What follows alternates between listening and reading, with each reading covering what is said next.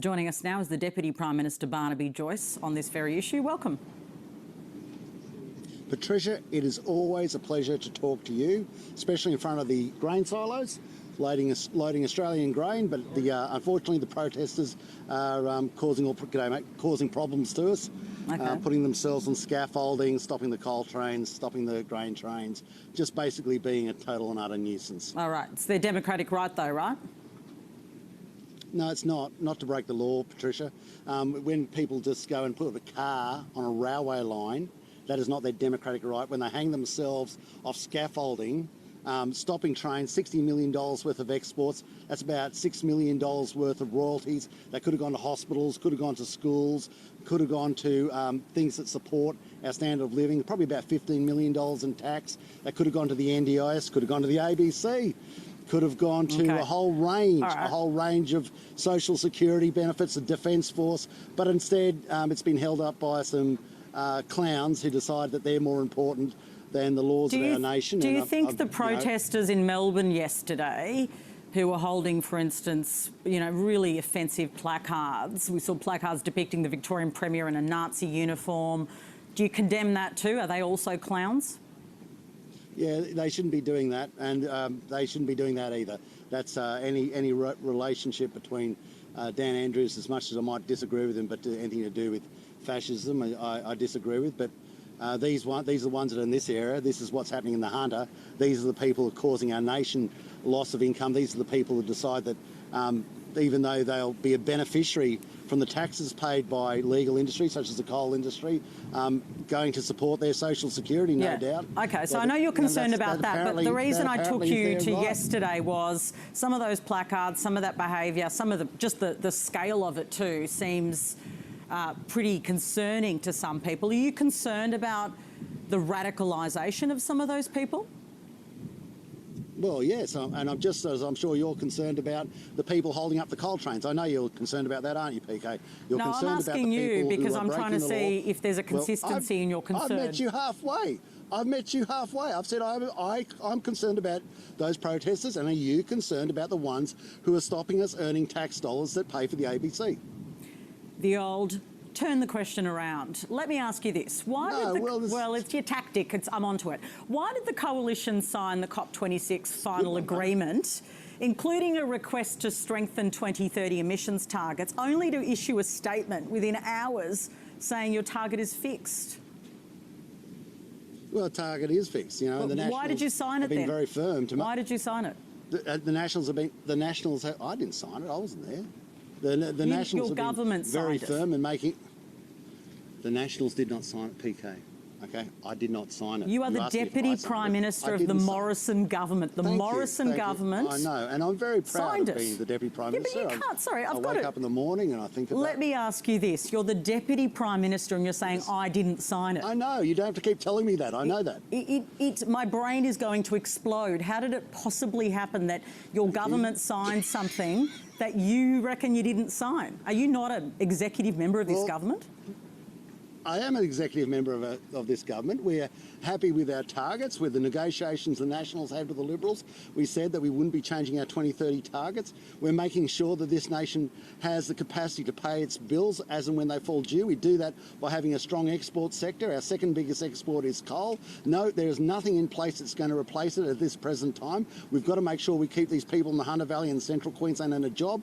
We've been making absolutely certain that we've gone into bat for them to make sure that's the case. We've clearly spelled out the case that if we lose our second biggest export, then that in a sense is a pressure on the price of our currency. I want to bring you back to saying... If we lose the value of our currency, therefore you're going to have inflationary effects from your fuel to your phone to your car. You're listing and it's tiring. Now you're complaining that I'm answering too many questions. No, you're just listing. So I want to take you to the question. You said we didn't sign it. It's a good list. Explain to me what you mean by we didn't sign it. Does that mean you didn't think Australia should sign it? I didn't. I was not at Glasgow. Now, I know that. The member for Shortland, Pat Conroy, was at Glasgow. He'd be a good person to talk to. The member for Shortland, Pat Conroy, was at Glasgow because he obviously had nothing to do in the Hunter Valley where he was supposed to be. But I asked you another question, which was, did you think your government should sign it? Because you distanced yourself from it being signed. Did you think your government shouldn't sign it? look, I think we've done a great job. I think we have done a great job, and I know that there are a lot of people. You know, it annoys me, PK, that what's the guy's name? Was it the Chairman Sharma in Glasgow, and he was with his gavel like, oh, I'm almost crying. I can't do this. He wants to shut down our coal industry, but he never talked about shutting down the oil fields in the North Sea, Brent oil. No, he doesn't want to shut that down. He wants to shut down industries in other people's countries, not in his country. And that's why, you know, we have some fun, don't we, PK? We laugh one another, but that's to keep your viewers watching, because otherwise it's boring TV. But there is a message behind it, where people want us to go over to their country with all the corporate billionaires and all the movie stars and Chairman Sharma and all the tears and all that, as they shut down our industries, but they don't want to touch their own. Okay, you're mocking the COP26 chairman. No, why are you doing that? I'm cynical, because not very respectful. Because when I see a whole, he's obviously emotional because he feels like it wasn't a good achievement. No, that's right, rubbish. I mean, look at every airport, chock-a-block full of corporate jets. Give me a break. These people aren't worried about the environment. They just want to end up on television. Really? You know, and all the movie stars going over there, bleeding all over the place. And then you've got Mr. Chairman Sharma, not the member for Wentworth, who's a good fella, but Chairman Sharma, he's over there. But they never mention their fossil fuel industry. If it's such a ridiculous theatrical performance, why did your government sign on to this then? Why did your government sign on to it if you think it's this ridiculous performance? I'm happy with our targets. I think we've done a great job, especially the nationals. I'm just going to take you back to what happened. Making sure your government has just signed on. Making sure we keep those boats. Your government has just signed on to returning next year. Let me talk. Returning next year and revising the target. Was that a mistake in your view to sign up to doing that? They can go back, and if they want to talk about something and have another talk fest, knock yourself out, another talk fest somewhere else, have all the movie stars come back and all the billionaires and all the corporate jets. And then we can also, you know, have people, you know, bleeding all over the place and terribly upset. But we honour every agreement as and when we sign it. That's why we're very cautious about what we sign. A lot of these other countries, oh yes, they'll sign the agreement and you know, hooray for the photo. And as they walk back on their corporate jet, they go, chut, chut, chut, bye. Okay. Why not change the target to reflect the government's actual intention then? You say you want to reach 35%, change that target, that reduction. Why wouldn't you do that? Why wouldn't you go back and do that or make it more ambitious? Look, we're setting targets and beating them. What else do you want? What else do people want? We set targets, we beat them. And you know, every target Australia has set and we've signed to, we've met and we've beaten. You know, and the reason that, once more, the reason that we have a sense of cynicism in the country is because you meet and beat them, not because of what you're doing in Canberra or Melbourne. Your emissions are going up in Melbourne. You cause the problem, or you people like you. And it's people in regional areas that are actually the reason you're meeting your targets. Our emissions are going down, Melbourne's are going up. All right. In signing on and then stepping back, has Australia misled the international community about its commitment to climate action? No, not at all. I think we're making sure that people clearly understand that if your economy, like I know England with pharmaceuticals, or you know England with the financial markets in London, or other countries with Microsoft and heavy manufacturing, they've got a different economy to ours.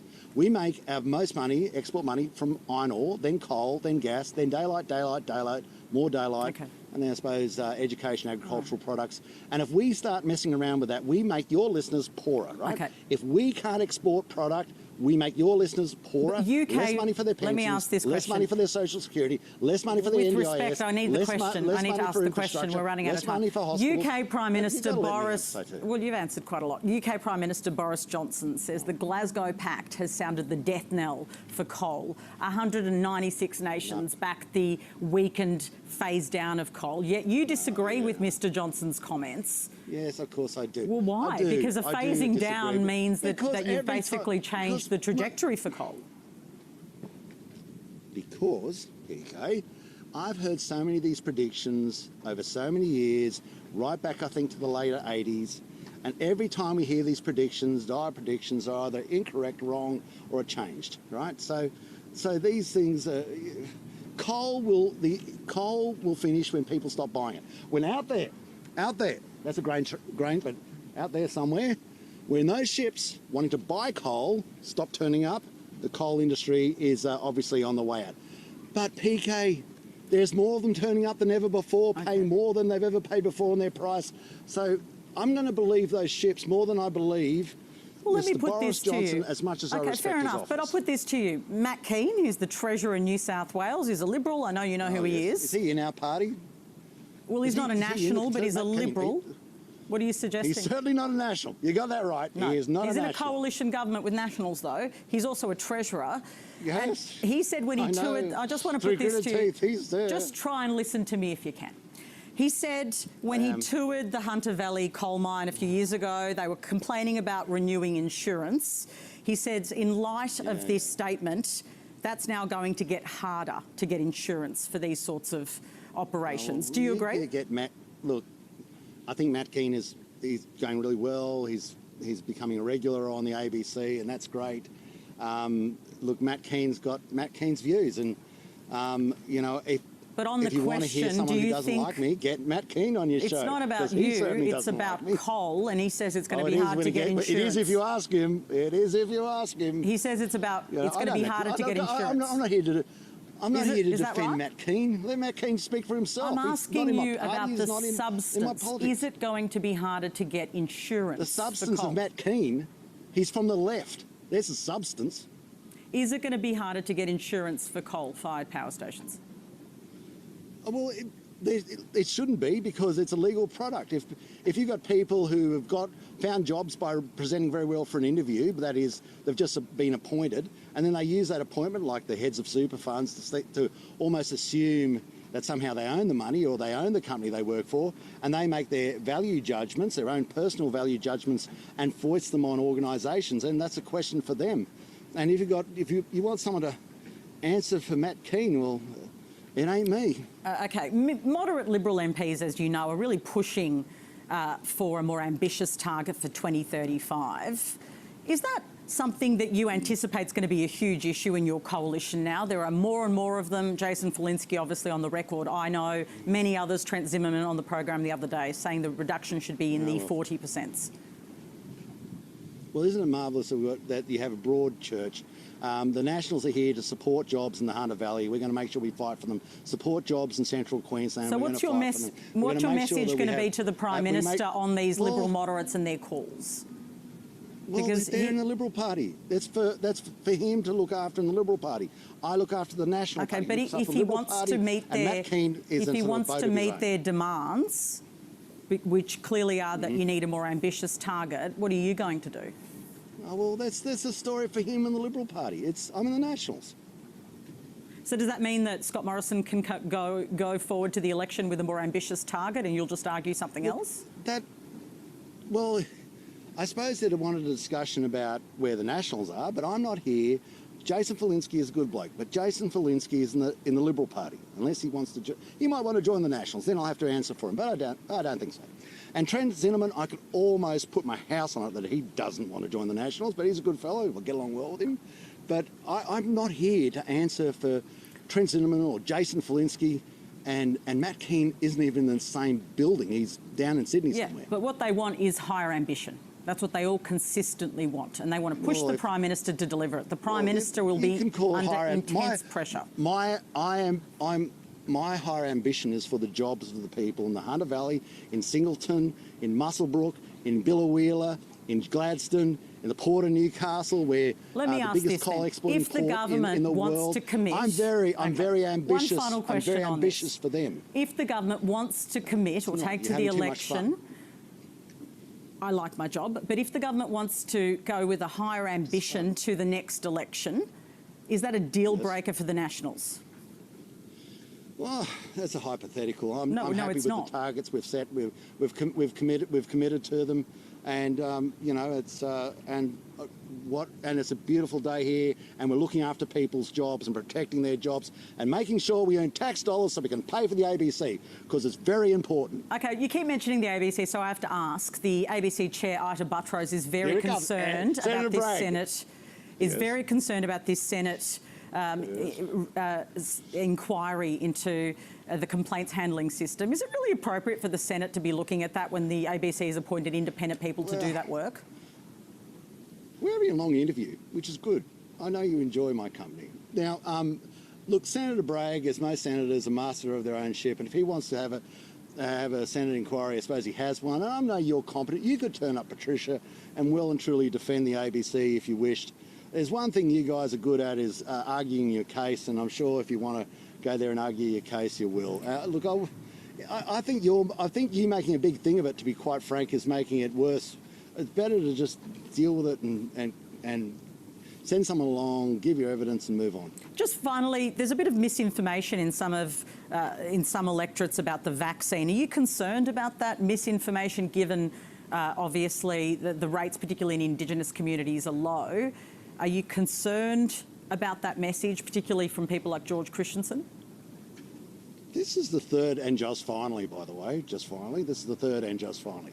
But if information is wrong, yes, I'm concerned about it. You shouldn't give wrong information. You shouldn't give wrong information which, for instance, could put someone out of a job or cause someone healthy. There's a lot of things I'm concerned about. You shouldn't be tying your car to a railway line or putting yourself in scaffolding. That's very bad. You shouldn't be doing things like that. And misinformation is bad as well. OK, we've run out of time. Thanks for joining me. PK, everybody is entertained. They won't like me, but they'll be entertained by it. OK, who knows how people are feeling? I'll have to check later. The Deputy Prime Minister, Barnaby Joyce, there. In a pretty extraordinary interview, I'd have to say.